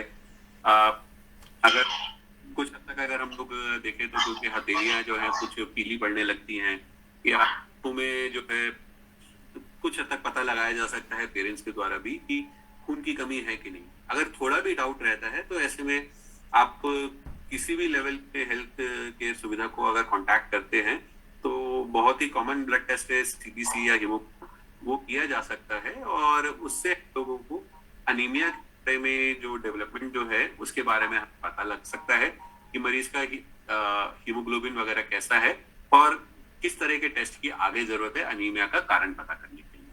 तो सर किस लेवल तक हीमोग्लोबिन, मतलब हम एक बॉर्डर कट ऑफ रखें जहाँ पे मतलब कि शक हो कि ये थैलेसीमिया की तरफ जा रहा है या सिंपल आयरन डेफिशिएंसी अनीमिया है, तो क्या लेवल आप रखते हैं? मतलब कि इसके नीचे है तो पेरेंट्स को भी थोड़ा सा मतलब देखना पड़ेगा कि नहीं अब थोड़ा सा दिखाएं, डॉक्टर को दिखाएं, कभी कभी होता है हम ओवर द काउंटर मेडिसिन खरीद के खा लेते हैं, तो क्या लेवल है, कट ऑफ क्या मानेंगे आप, क्या बताएंगे? ये बहुत ही अच्छा सवाल है डॉक्टर गौरव। इसका जवाब मैं ऐसे ही बोलूंगा, इसका कोई कट ऑफ इसका हम लोग नहीं रखते हैं। जो ब्लड का जो रिपोर्ट रहता है उसको अगर आप कोई भी एक्सपर्ट को या पैथोलॉजिस्ट को आप दिखाते हैं तो वो अपने हिसाब से आपको कुछ टेस्ट के लिए एडवाइस कर रहे होते हैं। तो उसके अलग अलग, जैसे मैंने आपको बताया था कि आरबीसी के इंडाइसिस जो होते हैं या आरबीसी के जो नंबर्स हैं या फिर जो ब्लड का जो फिल्म जो बनाकर हम लोग जो पेरिफेरल स्मीयर जिसको हम लोग बोलते हैं, वो जांच से हमें अनीमिया का टाइप का हमें काफी हद तक अंदाजा हो जाता है। तो हीमोग्लोबिन किसी भी रोगी का 10-11 ग्राम से कम है तो उसमें हम लोग नॉर्मली एडवाइस कर 10-12 ग्राम से कम है तो हम लोग उसका कारण जानने के लिए इन टेस्टों के हिसाब से, उसके रिपोर्ट के हिसाब से, पेरिफेरल स्मीयर के हिसाब से हम लोग उनको टेस्ट एडवाइस करते हैं। कॉमन टेस्ट हैं, बहुत ही ऐसा कि बहुत स्पेशलाइज्ड टेस्ट हो जो जिनका डायग्नोसिस आयरन डेफिशिएंसी एनीमिया या फिर थैलेसीमिया को डायग्नोस करने के लिए किया जा सकता है। तो बहुत ही रूटीनली अवेलेबल टेस्ट है जिनको सीबीसी और हीमोग्राम को रिपोर्ट देकर हम लोग एडवाइस कर सकते हैं। तो मिस स्वाति वर्मा ने क्वेश्चन जो पूछा है कि अगर फीमेल का हीमोग्लोबिन 9 के अराउंड है तो उसको कैसे, मतलब क्या लिया जाए? 9 है जी। तो स्वाति जी, फीमेल्स में ना अनीमिया जो है बहुत ज्यादा कॉमन है। हम लोगों ने ना मतलब काफी टाइम से हम लोग जो स्टडीज जो देखते हैं और इवन न्यूज में भी रिपोर्ट्स कि भारत में तो अनीमिया का प्रचलन लगभग 70-80% फीमेल रहता है। तो 9 हीमोग्लोबिन कॉमन नहीं है। इनफैक्ट आप अगर हम लोगों को ओपीडी प्रैक्टिस देखेंगे तो डॉक्टर गौरव भी मानेंगे कि हमारे पास तो इससे काफी कम लेवल के हीमोग्लोबिन के लेवल के मरीज आ रहे हैं। तो फीमेल में 9 हीमोग्लोबिन कम है, काफी कम है, एनीमिया तो है ही, बट हमें याद रखना चाहिए कि अनीमिया का जो सबसे कॉमन कारण जो है हमारी सोसाइटी में आज की डेट में भी न्यूट्रिशनल एनीमिया है, जिसमें आयरन की कमी होना है या शरीर में B12 या फोलिक एसिड जो विटामिन या मिनरल है उनकी कमी होने के कारण अनीमिया सबसे कॉमन रहता है। आपकी जो ब्लड रिपोर्ट्स हैं, जैसे मैंने आपको पहले बताया कि सीबीसी और हीमोग्राम के आधार पर हम लोग हो सकता है हमें कुछ अगर डाउट रहता है तो उसमें हम लोग थैलेसीमिया वगैरह के हिसाब से टेस्टिंग करवाने के लिए एडवाइस कर सकते हैं। बट जो आज के डेट में भी इंडिया में भी और इवन पूरी दुनिया में भी जो सबसे कॉमन जो कारण है ब्लड खून की कमी के, वो आयरन डेफिशिएंसी एनीमिया ही है। और उसके लिए जो टेस्ट हैं, जो फेरेटिन वगैरह का लेवल है या आयरन की स्टडीज है, वो की जा सकती है और उसके हिसाब से डायग्नोसिस किया जा सकता है। साथ में उसका जो कारण जो है आयरन डेफिशिएंसी का, वो हमें साथ साथ उसका भी निदान करना चाहिए। जी। मतलब कि सर कि जो सिम्टम्स हैं हमें रिकॉग्नाइज बहुत जल्दी करना होंगे बच्चों में, फीमेल्स में जो हाई रिस्क ग्रुप है मेरे ख्याल से, और फिर उनको डॉक्टर्स की एक सलाह लेके एक सिंपल सा एक सीबीसी के टेस्ट से हम डिफरेंशिएट कर सकते हैं, तो वो इम्पोर्टेंट। सर दूसरा सवाल है कि जो स्टेट वाइज अनइक्वल डिस्ट्रीब्यूशन है थैलेसीमिया का, वो उसका रीजन क्या है, और ज्योग्राफिक मतलब वेरिएशन क्या जेनेटिक है या कुछ और रीजन है? कुछ हद तक देखिए ये थोड़ा सा मतलब पेचीदगी वाला सवाल है। इसको मैं 2 तरीके से समझाना चाहूंगा। हिस्टोरिकली ऐसा देखा गया है कि जिन स्टेट्स में मलेरिया का प्रचलन ज्यादा था उन जगहों पर ये हीमोग्लोबिन के थोड़े थोड़े जो विकार जो रहे उनमें मलेरिया से बचने में मदद मिलती थी।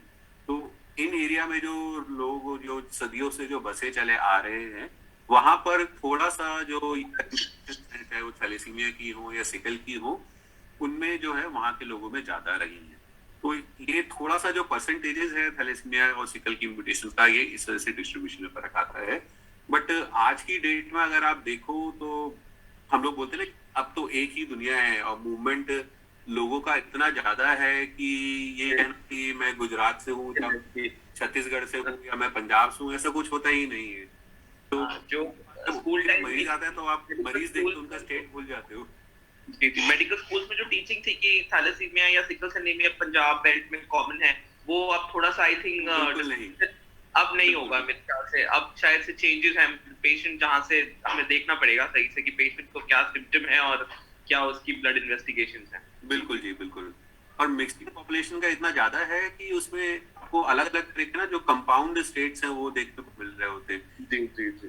थैलेसीमिया का और जीन है, थैलेसीमिया के साथ सिकल का है, या अलग अलग जो कॉम्बिनेशन है वो देखने को मिल रहे होते हैं। शामिनी जी ने एक सवाल पूछा है, सर एक अच्छी सी दवाई बता दीजिए अनीमिया से दूर रहने के लिए। तो मैं कहूंगा कि अगर आपको लग रहा है सिम्टम तो एक आप डॉक्टर से मिलिए, फिजिशियन से मिलिए, और फिर वही दवाई बताएं तो ज्यादा बेटर होगा। खुद से दवाई लेने में ज्यादा साइड इफेक्ट होने के चांसेस हैं। ठीक है, बिल्कुल। तो इसमें ना हमें मतलब जैसे मैंने शुरुआत में ही बताया कि अनीमिया जो है अपने आप डायग्नोसिस नहीं है। अनीमिया जो है एक मैनिफेस्टेशन है या आउटकम है बीमारी का। तो अगर हम आपको आयरन डिफिशिएंसी अनीमिया भी अगर डायग्नोसिस देते हैं तो वो आयरन की कमी क्यों हो रही है उसका भी हमें साथ साथ निदान करना रहेगा, वरना वो बार बार होता रहेगा। ठीक है, तो इसलिए कोई भी एक दवाई नहीं है अनीमिया के लिए। अनीमिया के 50 कारण है। किस कारण से अनीमिया हो रहा है उस रोग को हमें साथ में देखना चाहिए। सर हमने तीनों विकार की बात करी, तो जो लॉन्जेटिविटी की बात करी आपने, लाइफ स्पैन की बात करी, तो हीमोफीलिया का तो आपने अच्छे से बताया कि इसका लाइफ स्पैन अच्छा है, प्रिवेंटिव आप प्रोफाइलेक्सिस रखें तो लाइफ स्पैन ठीक है। But what about thalassaemia and sickle cell anaemias, उनमें लाइफ स्पैन लॉन्जेटिविटी कैसा है? ये सवाल है देवेंद्र जी की तरफ से। देवेंद्र जी, ये बड़ा लाजमी सवाल है। मैंने आपको ये जरूर बताया कि हीमोफीलिया के मरीजों की जो विकसित देश है वहां पर लाइफ स्पेन काफी अच्छा हुआ है।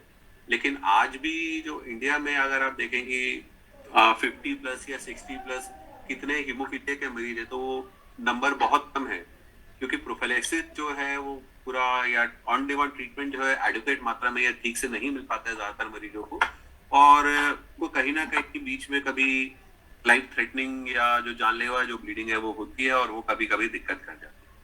ठीक है, तो काफी जो हीमोफीलिया के मरीज हैं वो तो नॉर्मल जो लाइफ स्पैन जो इंडिया में लगभग 65-70 के करीब है, उतने उस एज के काफी कम हीमोफीलिया के मरीज आपको इस समय भी देखने को मिलेंगे।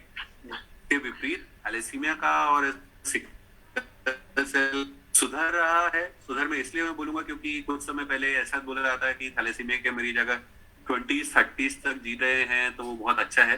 बट आज की डेट में हम लोग देखते हैं कि जिन मरीजों को रेगुलर ब्लड चढ़ता है, अच्छे से किलेशन की दवाइयां मिलती हैं, वो धीरे धीरे दशक बाय दशक उनका जो सर्वाइवल है या जो लॉन्गेटिविटी है वो धीरे धीरे बढ़ रहा है। सर एक और सवाल जो देवेंद्र जी ने पूछा था कि समस्या पता लगने पर कितने चांसेस हैं ठीक होने का, तो मेरे ख्याल से जो डिफरेंशिएशन है कि जेनेटिक बीमारी और एक्वायर्ड बीमारी, अगर आप बता सकें डिफरेंसेस क्या है, जैसे कि दर्शकों को समझ में आ जाएगी कि जेनेटिक बीमारी ठीक नहीं होती, वो आप थोड़ा सा उस पर हाईलाइट कर सकें। देखो, जेनेटिक जो बीमारियां जो रहती है ना, ये जड़ से खत्म तो नहीं होती है। तो जैसे मैंने आपको ट्रांसप्लांट के बारे में भी बताया, तो एक ट्रांसप्लांट एक प्रक्रिया है जो थैलेसीमिया और सिकल सेल मरीजों का किया जाता है, जो एक पोटेंशियली क्यूरेटिव इलाज है।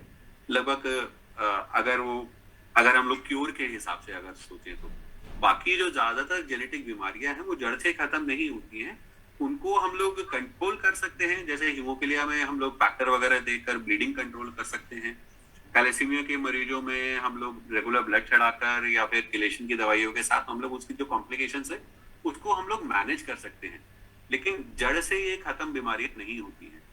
इसके एक्वायर्ड बीमारी है तो जैसे कि आयरन डिफिशिएंसी एनीमिया हुआ या कुछ ब्लड कैंसर्स वगैरह हुए, उनको हम लोग इलाज करके उनको हम लोग जड़ से खत्म कर सकते हैं। तो एक्वायर्ड बीमारियां जो रहती हैं उनका थोड़ा सा जो है ट्रीटमेंट में थोड़ा सा इस वजह से फर्क आ जाता है।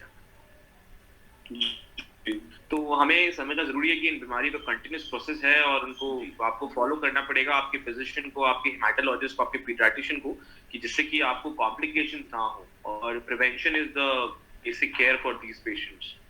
जी सर। जैसे जैसे इनमें रोगों का, जैसे इन तीनों ही बीमारियों का जैसे जैसे इलाज की जो संभावनाएं हैं जो बढ़ रही हैं या बेटर इलाज आ रहे हैं, तो एक हेमेटोलॉजिस्ट तो इनकी केयर में पूरी लाइफ में इन्वॉल्व होता है।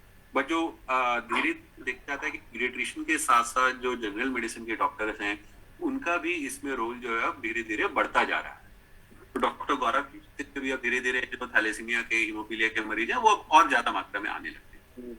अडल्ट पेशेंट्स अब ज्यादा आने लगते हैं विद कॉम्प्लेक्स, डेफिनेटली। बिल्कुल। जो एंडोक्राइनल प्रॉब्लम है, आयरन सेकेंडरी जो हेमेटोक्रोमेटोसिस जैसे है, जैसे आयरन डिपोजिशन की वजह से डायबिटीज होना, थायराइड प्रॉब्लम होना, ये काफी कॉमन हो गई है डेफिनेटली, काफी कॉमनली मिलता है। जी जी सर, नेक्स्ट सवाल है नितिन जी का, सिकल सेल रोग के कारण कौन सी चिकित्सा समस्याएं होती हैं? आपने हाईलाइट किया था, थोड़ा शॉर्ट में और बता दीजिए एक बार। सिकल सेल जो है, मैंने जैसे आपको बताया कि सिकल जो है, जो सेल्स जो होते हैं ना, ये शरीर में ना गुच्छा बनाकर ये ब्लड सर्कुलेशन को इफेक्ट करने लगते हैं। तो अलग तो जो रक्त की जो खून की नलियां जो रहती है वहां पर वो इकट्ठे हो सकते हैं और किसी भी ऑर्गन को बॉडी के वो डैमेज कर सकते हैं। मतलब वो चाहे अगर वो ब्लॉक अगर करते हैं तो कभी कभी तिल्ली में ऑब्स्ट्रक्शन करते हैं, लिवर में ऑब्स्ट्रक्शन करते हैं, अलग अलग जो खून की नलियां जो हड्डियों में जा रही होती है जिसको हम लोग पेनफुल क्राइसिस बोलते हैं, उसको ऑब्स्ट्रक्ट कर रहे होते हैं, चेस्ट में ऑब्स्ट्रक्ट कर रहे होते हैं, लंग में डैमेज कर रहे होते हैं, दिमाग की नलियों को ऑब्स्ट्रक्ट कर रहे होते हैं, आंखों में चेंजेस ला रहे होते हैं, किडनीज में डैमेज कर रहे होते हैं। तो सिकल सेल जो है ना, इस मामले में शरीर के लगभग लगभग किसी भी अंग को डैमेज कर सकती है। इनफैक्ट मेरे टीचर तो ये कहते हैं कि कुछ ऐसी भी जगह है देश में जहां पर बोला जाता है कि यह मरीज किसी भी संबंधित या किसी भी सिम्टम के साथ आ रहा हो, एक बार ये उसको सिकलिंग क्राइसिस के हिसाब से इवैल्यूएट कर लीजिए। तो कॉमन या उस तरह का इन्वॉल्वमेंट किसी भी तरीके से रह सकता है मरीज का, कि शरीर का कोई भी अंग जो है इन्वॉल्व हो सकता है सिकल सेल में। जो कॉमनली हम लोग जो देखते हैं वो या तो जो इंडिया में पेनफुल क्राइसिस कॉमनली मिल रहा होता है, या फिर अनीमिया या जो स्टोन्स वगैरह हैं या पथरी वगैरह, ये हम लोगों को देखते हैं। जी सर, जी सर। सर दूसरा जो इम्पोर्टेंट है जो ये जेनेटिक डिजीजेस का, कि जैसे थैलेसीमिया कैरियर को कैसे पहचाना जाए, कौन सी इन्वेस्टिगेशन है, एक बार आप और बता दीजिए। और जो प्री मैरिज अगर किसी को इन्वेस्टिगेट करना है तो कैसे करें? तो ये क्वेश्चन था डॉक्टर सविता सिंह का। तो सविता जी, बहुत जरूरी सवाल है ये वाला। तो थैलेसीमिया कैरियर का भी जो डायग्नोसिस जो है, वो क्लूज जो है वो उसकी सीबीसी या हीमोग्राम की जांच से ही मिलने लगते हैं। तो जो थैलेसीमिया के जो कैरियर होते हैं उनमें देखा जाता है कि थोड़ा हीमोग्लोबिन कम होता है, बट जो लाल सेल जो होते हैं, आरबीसी का जो नंबर जो होता है वो काफी ज्यादा रहता है। तो नॉर्मल ज्यादा भी कई बार ही रहता है। आप कोई भी आप डॉक्टर को मिलेंगे तो वो आपको इस चीज के लिए जो डायग्नोसिस के लिए जो थैलेसीमिया डायग्नोसिस के लिए जो टेस्ट हैं, चाहे वो कोरेसिस हो या एचपीएलसी हो, वो आपको एडवाइस करेंगे। और इन्हीं दोनों टेस्टों से, इन्हीं में से कोई भी टेस्ट से थैलेसीमिया कैरियर की जांच भी आराम से की जा सकती है। तो जो 12 ग्राम के करीब रहता है थैलेसीमिया कैरियर स्टेट में, आरबीसी नंबर जो है वो थोड़ा सा बढ़ा हुआ रहता है, और जो एचपीएलसी की जो जांच है उसमें हीमोग्लोबिन A2 नाम से एक हीमोग्लोबिन वेरिएंट रहता है, वो थोड़ा सा बढ़ा हुआ रहता है। तो ये कॉमन टेस्ट है, या जो कॉम्बिनेशन और टेस्ट है, इससे हम लोग थैलेसीमिया कैरियर का काफी आराम से डायग्नोसिस हम लोग कर सकते हैं। दूसरा आपने पूछा कि थैलेसीमिया कैरियर्स की मैरिजेस को बैन किया जा सकता है, तो इसके लिए तो नहीं होगा बोलने के लिए। तो जो आराम से जो किया जा सकता है वो ये है कि जो हमें, अगर मुझे पता है कि मैं थैलेसीमिया कैरियर हूं, तो मैं ऐसा नहीं कि मेरी शादी ना हो, बट जो मेरा स्पाउस जो है, या जो अगर मैं मेल हूं तो मेरी वाइफ जो है, या वाइफ फीमेल है तो उसका जो हस्बैंड जो है, उनका भी ये थैलेसीमिया कैरियर का जांच किया जाए। और अगर वो नॉर्मल है या उनमें कैरियर स्टेट नहीं है किसी भी तरीके का, तो ऐसा कोई दिक्कत नहीं है कि शादी नहीं किए कर सकते वो लोग आपस में, या फिर उनको बच्चों में कोई दिक्कत आएगी। ठीक है, तो थैलेसीमिया प्रश्न था कि मतलब मैं ये नहीं कहना चाहती कि जो भी कैरियर है उनकी कभी मैरिज ना हो, बट जो दोनों कैरियर हैं, क्या अगर पता चल जाए तो ऐसा कुछ रूल होना चाहिए, क्या कुछ रूल रेगुलेशन ऐसा बनाए जा सकते हैं कि उनकी मैरिजेस को अवॉइड किया जाए? इसमें ज्यादा जो जरूरत है वो जागरूकता की है। दोनों आपको अगर हम लोग जेनेटिक्स के हिसाब से देखें तो दोनों भी अगर थैलेसीमिया कैरियर हैं, तो भी ऐसा कोई 100% जरूरी नहीं है कि जो बच्चे जो होंगे वो सब लोग थैलेसीमिया मेजर हों। ठीक है, जैसा मैंने आपको ट्रांसप्लांट के समय भी बताया था, तो जो एक्चुअली जो मैचिंग जो रहता है सिबलिंग से, सबसे अच्छा ट्रांसप्लांट होता है। इसका मतलब यही है कि जो चांसेस जो दोनों थैलेसीमिया कैरियर के साथ जो है उसमें थैलेसीमिया मेजर बच्चा होने के चांसेस लगभग 25-30% ही है। ठीक है, तो ऐसा नहीं कि सारे ही बच्चे जो है थैलेसीमिया मेजर होंगे। जरूरी ये है कि अगर आपको पता चलता है कि हस्बैंड और वाइफ दोनों ही थैलेसीमिया कैरियर हैं, तो आप डॉक्टर को संपर्क करें। प्रेगनेंसी से पहले आपका म्यूटेशन का जांच हुआ हो, और जब भी आप प्रेगनेंसी प्लान करें, आप प्रीनेटल डायग्नोसिस आप लोग कराने के लिए तैयार रहें, ताकि पता कि बच्चे इफेक्टेड है कि नहीं। तो प्रेगनेंसी के पहले भी आप जेनेटिक काउंसलिंग करा सकते हैं, और आप प्रेगनेंसी के बाद भी आप एक जेनेटिक काउंसलिंग करा सकते हैं। एम्स में हमारे पास एक अलग से डिपार्टमेंट ही है जिसका जेनेटिक डिपार्टमेंट है, पेडियाट्रिक पीडियाट्रिक्स, तो वो सब जांचें करते हैं। तो ये इम्पोर्टेंट है, जागरूकता वाली बात है। ऐसा नहीं है कि क्योंकि इंडिया के अंदर इतना अच्छा स्क्रीनिंग नहीं है अभी कि आपको पता लग जाए कि दोनों ही कैरियर्स हैं और हम उनको अवॉइड करें कि शादी नहीं कर सकते।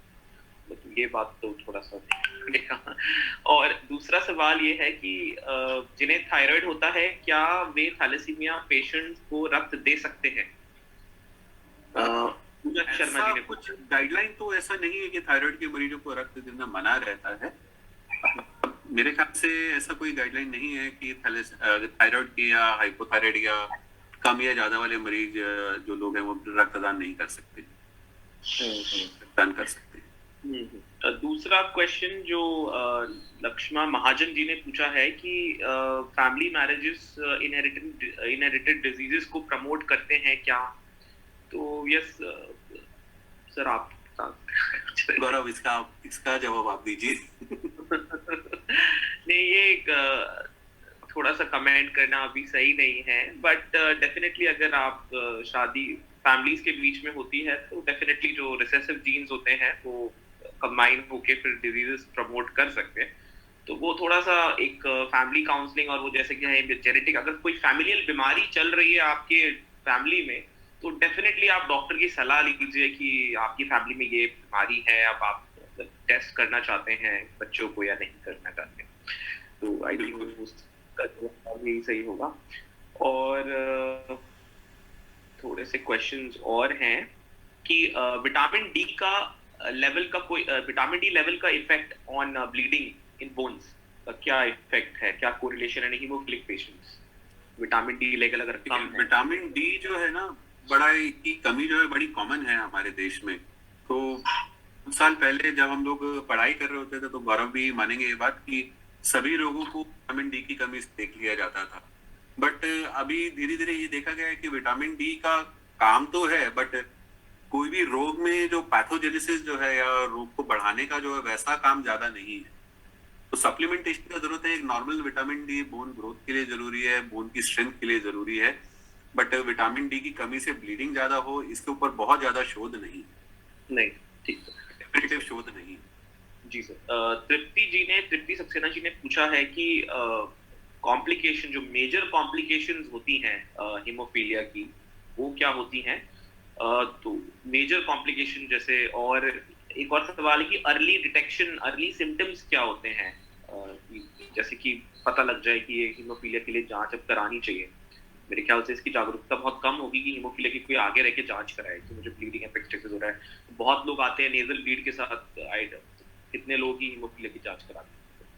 तो इसका तो देखिए, जो खराब जो साइंस है या जो मेजर कॉम्प्लिकेशंस है हीमोफीलिया की सारी जो कॉम्प्लिकेशन वो ब्लीडिंग रिलेटेड है। जैसा मैंने आपको बताया कि दिमाग के अंदर ब्लीड होना, छाती के अंदर ब्लीड होना, पेट के आंतों में ब्लीडिंग होना, या फिर गले के अंदर ब्लीड होना जहाँ पे हमारे एक्सपेंशन का स्कोप कम है, ऐसी जगह में ब्लीड होना जो है जानलेवा रहता है। और ये ही हीमोफीलिया की मेजर कॉम्प्लिकेशंस हैं। जहां तक सस्पिशन की बात है, हीमोफीलिया कॉमनली जो प्रेजेंट करता है कि देखो, ब्लीडिंग तो सबको होती है, घर में हम लोगों को सबको चोट लगी होती है कभी ना कभी। अगर वो ब्लीडिंग समय से आपको लगता है कि ज्यादा समय में रुक रही है या फिर बार बार ज्यादा ब्लीडिंग होती है, तो वो एक क्लू रहता है कि आपको हीमोफीलिया या और कोई ऐसी जेनेटिक बीमारियों की जांच करानी चाहिए। हीमोफीलिया के मरीज में लंबे, अगर हल्का चोट रहा या दांत निकलने के बाद जो है छोटे बच्चे में लंबे समय के लिए ब्लीडिंग हुआ, या फिर जैसे टीकाकरण आपने कराया हो मरीज का और वहां पे बड़ी सी नीली सी गांठ बन जाए, तो ये क्लूज रहते हैं जो हमें पॉइंट करते हैं कि हाँ, इसके अंदर ब्लड के जो क्लॉटिंग वाले जो प्रोटीन है उसके संबंधित कोई बीमारी हो सकती है। इसमें कुछ डाउट रहता है, आप डॉक्टर को संपर्क करिए, आपके पीडियाट्रिशियन को संपर्क करिए और जो रूटीन टेस्ट हैं उनको देखकर इसका जो डायग्नोसिस है वो किया जा सकता है। जी सर। सर एक और क्वेश्चन है अंजलि जी का कि तीनों जो विकार हैं उसमें जो डाइट है वो आप क्या एडवाइस करते हैं आपके पेशेंट्स को, जो थैलेसीमिया के पेशेंट्स को क्या डाइट एडवाइस करते हैं? क्योंकि अगर ये हम स्वाभाविक है, सब लोग सोचते हैं एनीमिया है तो आयरन चीजें ज्यादा खाई जाएं, हरे पत्ते सब्जी ज्यादा खाई जाएं, तो आप तीनों डिसऑर्डर्स में कुछ डाइट प्लान अलग अलग एडवाइस करते हैं या सेम है? डाइट प्लान हम लोगों को ना बहुत ज्यादा इसमें चेंज या वेरिएबल होता नहीं है। तीनों ही बीमारियों में हम लोग मरीज को हेल्दी पौष्टिक खाना खाने के हिसाब से ये बताते हैं। मिथ्या एक रहती है कि आयरन वाली चीजों को ज्यादा नहीं खाना चाहिए या ऐसा कुछ नहीं है। आपको आयरन डेफिशिएंसी है तो आपको वो चीजें खाएं, ज्यादा खाएं, टेस्ट करा के आयरन का जो सप्लीमेंटेशन है वो ले। लेकिन अगर थैलेसीमिया के मरीज को देखें जिसको हर 3-4 हफ्ते में ब्लड चढ़ रहा है तो बहुत अच्छी खासी मात्रा में उसको आयरन जो है ब्लड के साथ शरीर में जा रहा होता है। इसके विपरीत डाइट से जो आयरन है वो बहुत ही कम रह जाता है। तो डाइटरी आयरन का बहुत ज्यादा रोल इसमें नहीं देखा जाता है, स्पेशली थैलेसीमिया या सिकल सेल एनीमिया में। तो हम लोग कोई ऐसा स्पेशल डाइट मरीजों को एडवाइस नहीं करते हैं, ना ही हीमोफीलिया के मरीजों को कोई ऐसा स्पेशल डाइट एडवाइस करते हैं। कुछ जो सप्लीमेंट्स वगैरह हैं वो रेगुलरली मरीज को हम लोग देते हैं, जैसे फॉलिक एसिड वगैरह हुआ या कुछ हद तक कैल्शियम का जो सप्लीमेंटेशन हुआ, ये मरीजों को हम लोग रेगुलरली दे रहे होते हैं थैलेसीमिया और सिकल की। तो मेरे ख्याल से सर ने सारे एस्पेक्ट्स तीनों डिजीजेस के अच्छी तरीके से कवर करे हैं और मेरी तरफ से सर को बहुत धन्यवाद और शुक्रिया कि आपने इतना अच्छा सेशन कंडक्ट कराया है। और अब संदीप जी आपको ऊपर आपकी शुक्रिया गौरव, बहुत सारे सवाल। धन्यवाद सर, धन्यवाद डॉक्टर मुकुल सर, डॉक्टर